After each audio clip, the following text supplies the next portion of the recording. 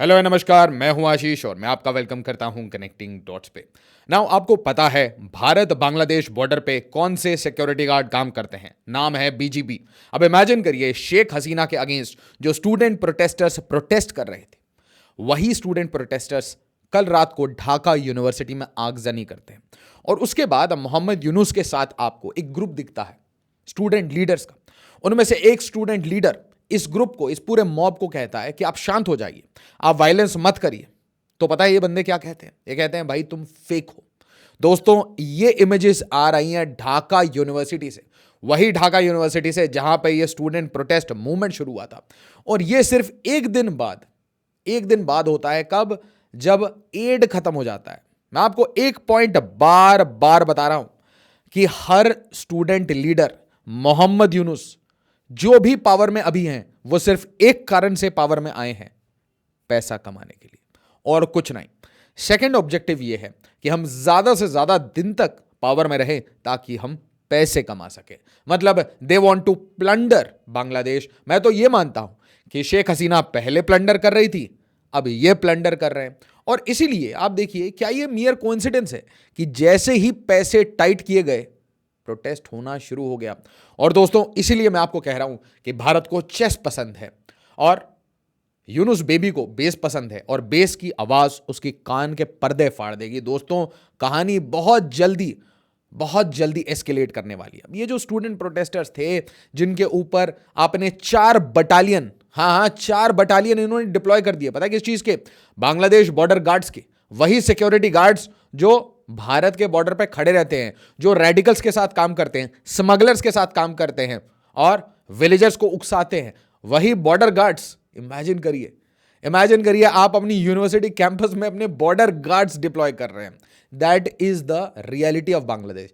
और फिर पुलिस, ये सो कॉल्ड अभी स्टूडेंट लेड मूवमेंट है ना, क्लिंटन फाउंडेशन के द्वारा, उसके बाद पुलिस, बांग्लादेश बॉर्डर गार्ड्स, ये अच्छे से पिटाई करते हैं इन स्टूडेंट प्रोटेस्टर्स की। इनके डिमांड कुछ थे, है ना, अबॉलिशन, ये सब। We don't care, really don't care.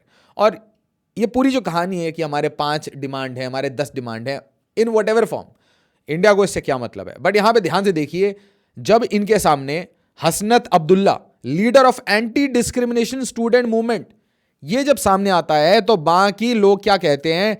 He was portrayed as fake by the students. मतलब दोस्तों, बांग्लादेश को रियलिटी समझ आ चुकी है। पैसा रुकते ही चीजें टाइट हो गई हैं। शेख हसीना को एग्जिट कराया गया, भेजा गया। स्टूडेंट प्रोटेस्ट हुए, ये कोटा के अगेंस्ट प्रोटेस्ट हुआ। शेख हसीना चौपर से भागी किसी तरीके से जान बचा के। और यहां पे आप बोलेंगे कि रॉ ने भगाया और आपके आर्मी चीफ ने भगाया। आपके आर्मी चीफ अगर नहीं भगाने का मौका देते, जिसे खुद शेख हसीना ने डिप्लॉय किया था, अपॉइंट किया था, तो फिर शेख हसीना बच पाती? नहीं। फकर उर जमान बड़ा इंडिपेंडेंट आदमी है। आपको एक एक करके कहानी समझ आएगी। और फिर हमारे स्टूडेंट प्रोटेस्टर्स बकरी और पता नहीं क्या क्या कमेंट में जरूर बताएगा। वीडियो को लाइक करिए, बच्चा बच्चा ये कहानी देखे, ताकि जर्मन देशभक्त मॉडल की रियलिटी समझ आए। बांग्लादेश में हिंदू को नहीं मारा जा रहा, पॉलिटिकल परसिक्यूशन हो रहा है, रिलीजियस परसिक्यूशन नहीं हो रहा। बांग्लादेश शेख हसीना के अंडर डिक्टेटरशिप बन गया था, अब डेमोक्रेसी है। तो ये जो चर्चा है ना, ये चलती रहनी चाहिए, ताकि हम इन लिबरल्स की रियलिटीज को एक्सपोज कर सकें, किस पॉलिटिकल पार्टी से पैसे खा के उनकी डॉक्यूमेंट्री प्रमोट करते हैं और कितने इंडिपेंडेंट फैक्ट चेकर ये बनते हैं। और मैं कहूंगा one of my favourites is Nitish Rajput.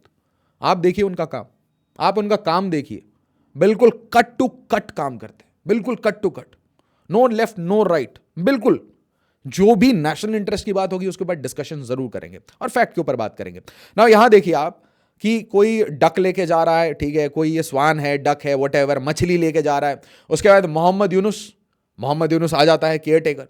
अब आपको लगेगा कि भाई ये बांग्लादेश का उत्थान करने आया है। एक 80-85 साल का बुढ़ा जिसने ऑलरेडी इंबेजलमेंट किया है आपके कंट्री से, गरीब लोगों के पैसे ग्रामीण बैंक से इंबेजल करके, और इसको बोलते हैं हम पॉन्जी स्कीम। पॉन्जी स्कीम मतलब 2-2 रुपए सबसे चोरी करो तो पता नहीं चलता, है ना। और अगर आप इसको 5 करोड़ लोगों से चोरी कर लो तो एक बड़ा अमाउंट बन जाता है। और ऐसे ऐसे करके इन्होंने पैसे का गमन किया, गमन करके ये पैसे इन्होंने अमेरिका में पार्क किए। जब डेमोक्रेटिक पार्टी के साथ सेटलमेंट करनी थी कि भाई देखो हम ये पैसे पार्क करेंगे, आपने हमें नोबेल प्राइज वगैरह तो दे दिया, ये पैसे पार्क करेंगे, हम आपको डोनेट भी कर देंगे। तो जो भी मैं चोरी करके ला रहा हूं बांग्लादेश से, वो यूएस में मैं सेफली रखूंगा, यूएस के एसेट्स में इसको डिप्लॉय करूंगा, और अमेरिका के इंटरेस्ट अगर कभी फुलफिल करने होंगे तो मैं ग्रामीण इंटरनेशनल करके ऑर्गेनाइजेशन बनाऊंगा और आपका बिल्कुल प्योर पपेट बन के रहूंगा। और इसके साथ आ जाते हैं ये स्टूडेंट प्रोटेस्टर्स। अब ये स्टूडेंट प्रोटेस्टर्स आपको कितने प्यारे लग रहे हैं? बांग्लादेश में रेवोल्यूशन हो गई, क्रांति हो गई है, भुखमरी चावल लेना पड़ रहा है, ठीक है। उसके बाद देखिए रियलिटी समझ आती है इन बच्चों को जो प्रोटेस्ट कर रहे थे, इनको समझ आता है कि ये रियलिटी नहीं है। रियलिटी ये है कि आज बांग्लादेश में मल्टीपल पावर फैक्शंस हो गए, अलग अलग जगह सोसाइटी में अलग अलग लीडर्स को लोग सपोर्ट करते हैं। तो शेख हसीना चली गई, शेख हसीना का आउस्टर हो गया, इसका मतलब ये नहीं है कि शेख हसीना के पास पावर नहीं है। शेख हसीना के पास काफी ज्यादा पावर है। उसकी अवामी लीग, उसके जितने छात्र संघ थे, हर जगह पावर है। दूसरी बात, मान लेते हैं इसने काफी चोरी की है, तो चोरी की है तो पैसा भी है। Do you understand? वो सारे एसेट्स हैं जो कि बाकी लीडर्स के पास नहीं है। उसी टाइम में वकरुज़मान, अब इसकी तो ये कोशिश थी कि शेख हसीना को भगा दे आराम से। शेख हसीना को इसने भगा दिया, अपने आप को पावर में रख लिया। स्टूडेंट लीडर्स के साथ भी थोड़ा कॉम्प्रोमाइज किया, यूनुस के साथ भी कॉम्प्रोमाइज किया, बट फिर कहीं कहीं स्टूडेंट लीडर्स को चेक कर देता है, क्योंकि इसके दिमाग में थोड़ी अपनी इंटरेस्ट और कंट्री की इंटरेस्ट भी है। तो इसका एक अलग पावर सेंटर चल रहा है। इसके अलावा पावर सेंटर्स क्या है? इसके अलावा जमात इस्लामी। अब ये इनफॉर्मल पावर सेंटर है, मतलब student protesters anti quota protest के नाम पे यूनुस और स्टूडेंट प्रोटेस्टर्स वो लीडरशिप में आ गए। बट एक्चुअली में कंट्री में जहां पे भी मॉब वायलेंस हो रहा है, जहां पे आप अवामी लीग के लोगों को मार रहे हो, उनके छात्र कार्यकर्ता को, बड़े लीडर को तो कुछ कर नहीं पाते, तो छोटे जो बच्चे हैं उनको जब आप एलिमिनेट कर रहे हो, उनको जाके हिट कर रहे हो, मॉब लिंचिंग कर रहे हो, तो आप एसेंशियली किससे करवा रहे हो? जमात इस्लामी। ओके। और वहीं पे देखिए चाइना को ये चीज समझ आ चुकी है कि अमेरिका पैसा देने वाला है नहीं, और इसलिए who is in power? Jamaat is in power. तो चाइना के लोग किससे मिल रहे हैं? चाइना का एम्बेसडर किससे मिल रहा है? जमात के अमीर से, ठीक है। ये साथ में बैठ रहे हैं, जमात को प्रमोट कर रहे हैं, और उसी टाइम में एक दूसरा पावर सेंटर आपके सामने। तो याद रखिए कहानी क्या थी? कहानी थी कि कोटा को एंड करना है। स्टूडेंट तंग आ चुके हैं, उनको जॉब्स चाहिए, इन्फ्लेशन है, याद है आपको, देशभक्तों ने समझाया होगा, इकोनॉमिक क्राइसिस, यही पूरी स्क्रिप्ट पढ़ाई जशीमुद्दीन रहमानी। और जशीमुद्दीन रहमानी क्या करता है? एंटी इंडिया काम तो करता ही है, पर क्या, मुझे एक बात बताइए, ढाका यूनिवर्सिटी में एक नॉर्मल सा एस्पायरिंग स्टूडेंट है, क्या उसको अच्छा लगेगा ऐसे रेडिकल्स के नेम पे उसकी कंट्री को बदनाम किया जा रहा है कि ऐसे रेडिकल्स को आप जेल से निकाल रहे हो, और उसके बाद पूरी दुनिया में बात हो रही है कि AQIS अलकायदा से जुड़ा हुआ आदमी जेल से बाहर है। This is your freedom movement, this is your July proclamation, क्या ही एग्जैक्टली। और उसी टाइम में ABT स्लीपर सेल, ये कंटिन्यूसली बंगाल, केरला वगैरह ये सब पकड़ी जा रही है। उसी टाइम में यूनुस कहता है कि मेरा मेन एजेंडा ये है कि अवामी लीग, शेख हसीना ये आए नहीं, ठीक है, इलेक्शन ना लड़े, और मैं इनको डिपोर्ट करूं, किसी तरीके से एक्स्ट्राडाइट करूं, है ना, किसी तरीके से भारत के साथ बात करूं और इसके ऊपर शगुफा करूं, एंटी शेख हसीना बातें करूं। ये सब एक प्रोसेस चल रहा है। इसी टाइम में ध्यान से देखिए कि ये लोअरिंग एज ऑफ 17, इसके ऊपर BNP एकदम चिढ़ गई। BNP को चाहिए वापस से पावर, सत्ता की मलाई, पैसा, ठीक है। जो पैसा शेख हसीना ने खाया था अब BNP को चाहिए वो, ठीक है। बट खा कौन रहा है? यूनुस और ये नए नए स्टूडेंट लीडर। और जैसे ही स्टूडेंट लीडर पैसा खाना शुरू करते हैं तो इनको ज़्यादा देर पावर में रहने का मन करेगा किसी भी बहाने, और इसलिए वो जमात इस्लामी को ओपनली अपना रास्ता दे के बैठे हैं, ठीक है। इसमें से कुछ आपके जो स्टूडेंट लीडर्स हैं वो खुद रोहिंग्यास हैं, ठीक है। तो आपको ये सब बातें पता होनी चाहिए, कमेंट बताइए कौन है। अच्छा, यहां देखिए Bangladesh politics, BNP on as as new student led party में इमर्ज। अब ये अलग गेम है। यूनुस और ये जो स्टूडेंट प्रोटेस्टर्स लीडर्स जो बन गए, ये मिलकर एक पार्टी बनाना चाहते हैं। अब इसमें भी फैक्शनिज्म होगी।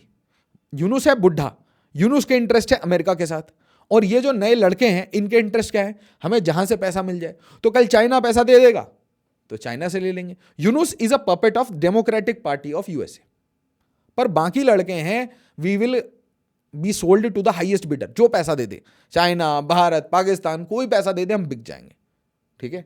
बिना ईमान के लोग आए हैं, ठीक है, क्योंकि जैसे ही ये पावर में आ गए, पावर में आने के बाद ये अपने स्टूडेंट्स को ही भूल चुके हैं, और इसलिए स्टूडेंट्स इनको बोल रहे हैं कि भाई आप फेक है। तो BNP का एक तरीके से BNP के साथ स्कैम हो रहा है, अवामी लीग के साथ, शेख हसीना के साथ स्कैम हो रहा है, स्टूडेंट लीडर्स। और इसमें देखिए कुछ प्रमुख नाम ही सामने आएंगे, बट लीडर तो एक था नहीं। सोचिए जरा, लीडर तो ये लड़का भी था, ये सारे लड़के थे, इनके अलावा इनके अलग पूरा नेटवर्क होगा, उनको कुछ मिला नहीं।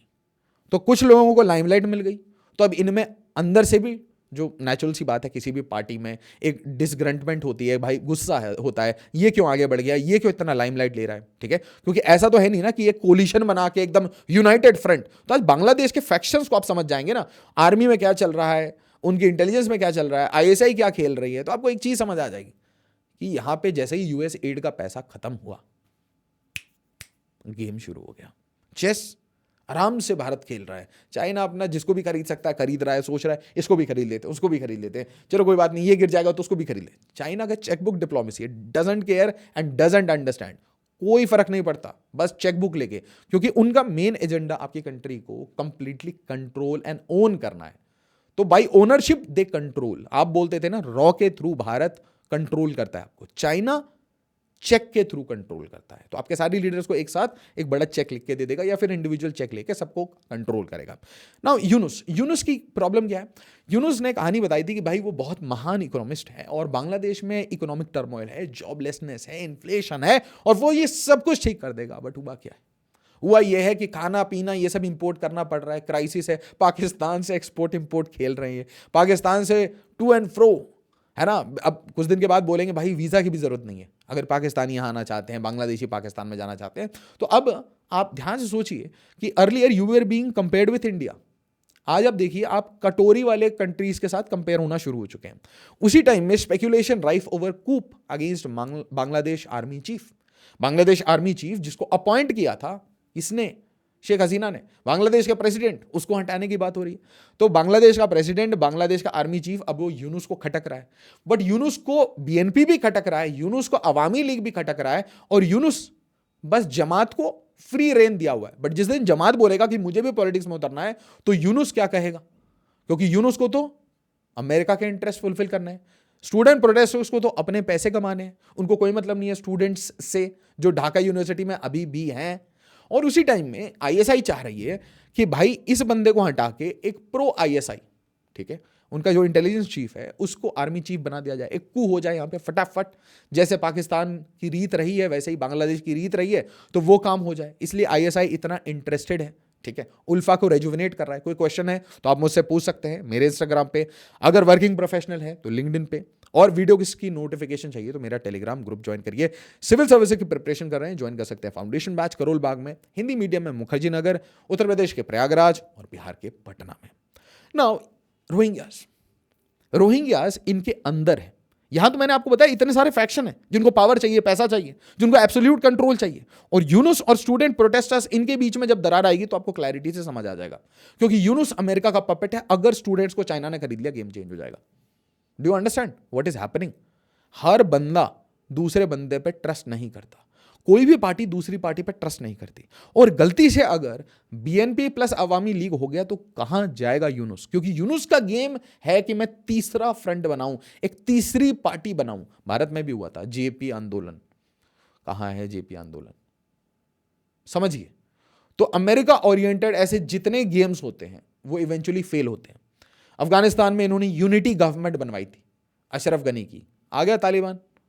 तो जहां पे भी फॉरेन कंट्रोल गवर्नमेंट्स बनाई जाती हैं वो 5 साल भी नहीं टिक पाती, और इसलिए शेख हसीना इतने दिन से टिकी हुई थी। और आप फालतू में क्रेडिट दे रहे थे, हम तो खुशी हो रहे थे कि रॉ का इसमें गेम है, वी आर वेरी हैप्पी। हाँ, रॉ कंट्रोल करते, रॉ की एसेट थी शेख हसीना, भारत ने बचाया था शेख हसीना को, भारत ने पूरे बांग्लादेश को बनाने में मदद की थी।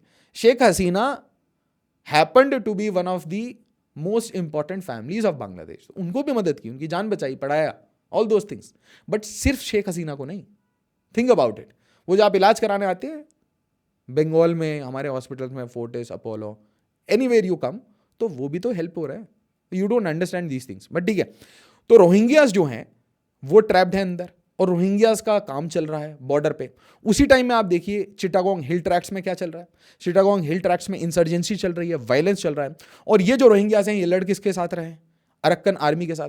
तो एक साइड में अरक्कन आर्मी का प्रेशर है, ठीक है, एक साइड में खुद रोहिंग्यास का प्रेशर है जो अंदर आ रखे हैं। उसी टाइम में चिटागोंग हिल ट्रैक्ट्स में आपको ऑपरेशंस भी करने हैं, बुद्धिस्ट हैं, ट्राइब्स हैं, क्रिश्चियंस हैं, कहीं पे भी माइनॉरिटी को लिंच करने की बात आ सकती है। अरक्कन आर्मी आपके एकदम टेकनाफ बॉर्डर पे पड़ा है, सेंट मार्टिन्स आइलैंड टेंशन में है।